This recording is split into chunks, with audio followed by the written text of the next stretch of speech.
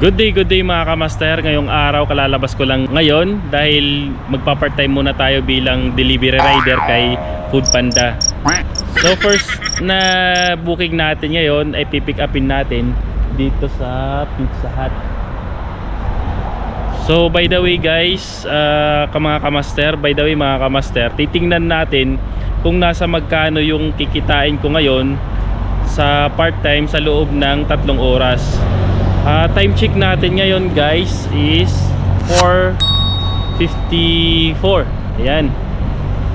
Sa sitwasyon naman natin dito sa Tagaytay is maaliwalas naman.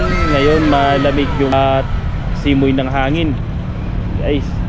Ngayong taon 2024 dito kay Foodpanda may mga maraming nagbago. So isa na doon sa mga iniinda bilang delivery rider kay Foodpanda ay yung fare niya.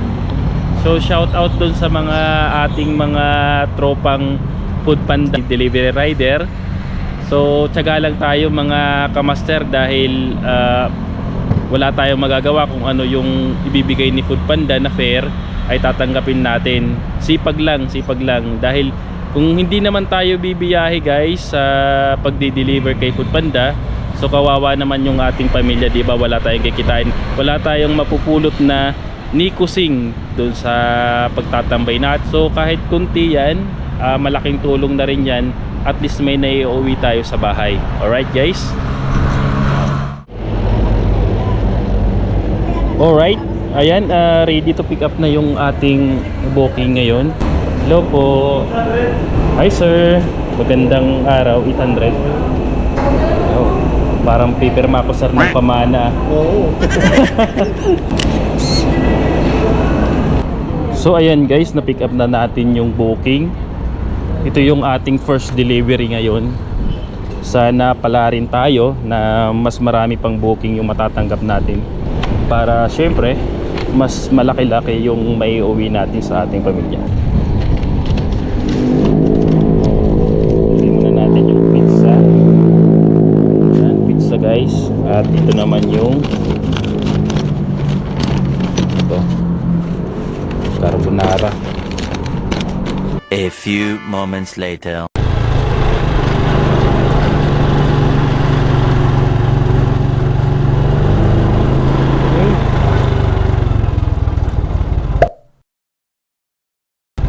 $300. So ayan guys, dito na tayo sa ating drop off.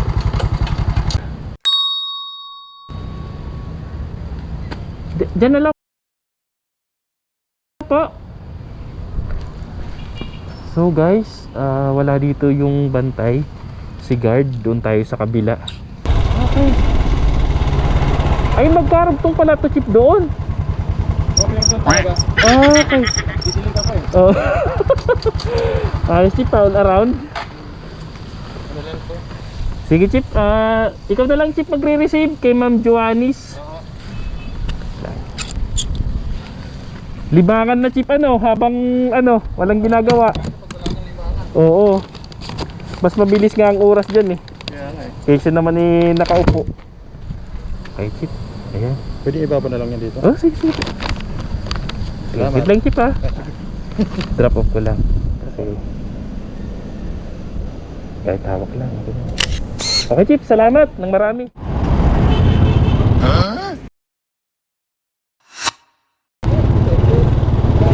Kumusta mga brother? Ano ba master mo?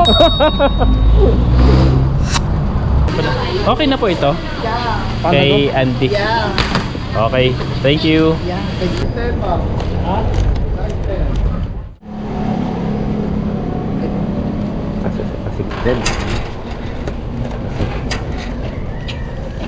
Ghost. Hello guys, ayan pangatlong booking natin ngayon dito sa Maginasal Junction. Harap nito ay ang Tagaytay Rotonda. Ginagawa niyo? Naglalaro sa kuya. Ano yan, pinupunit yung mga mga receiver. Nagalit ka. Oh, mas maganda nga yan. Wala akong tira, Diyan, wala akong tira. diyan na idaan yung galit nyo, nararamdaman nyo dito kay Minasan. Walang ayos ah.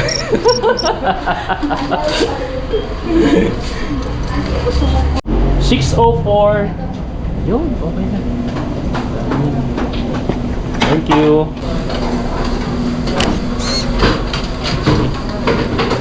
Pick up. Pick up. Later. So guys, dito tayo papunta na Ayala. So may nangyari dito sa dadaanan natin. May nagbanggaan. Yan guys, isang motor at yung Aisha. Isang motor at isang sasakyan na 4-wheel. 1 hour later. Guys, nandito ako ngayon sa McDo Taal. Last booking natin ngayon. Time check is 6:40. Yung end shift natin ngayon is yan guys, 18:45. So 6:45 yung ating last shift. Yung ating hanggang saan lang yung oras na doon tayo naka-duty. So naka-ending soon na siya. Tapos pinasukan tayo ng panibagong booking dito sa McDo Taal. McDo Taal, harap lang nito ay ang yun guys, yung Taal Vista Hotel. Yun, harap siya ng Taal Vista Hotel. Tapos yung tabi nito ay yung casino. Yun guys, yan, casino ng Tagaytay. Hello ma'am.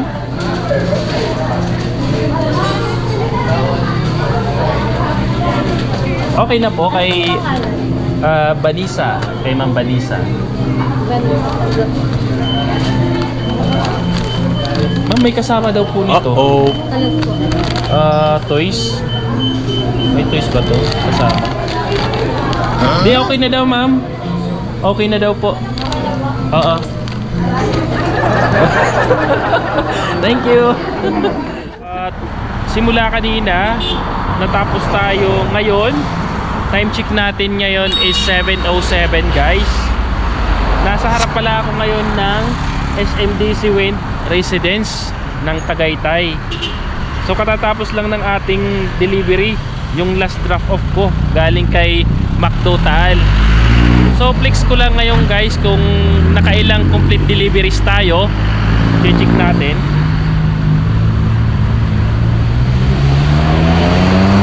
Ayan, naka 7 complete deliveries tayo. At ngayon titingnan natin kung magkano tayo sa loob ng 3 hours mahigit. Doon sa 7 complete deliveries natin, yung kinita natin ay umaabot ng 394.76.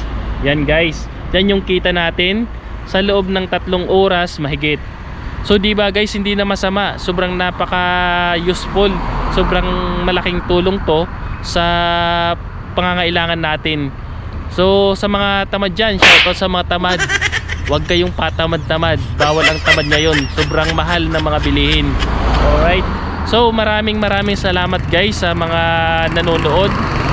At dun sa mga hindi nanonood, maraming salamat din sa inyong mga suporta.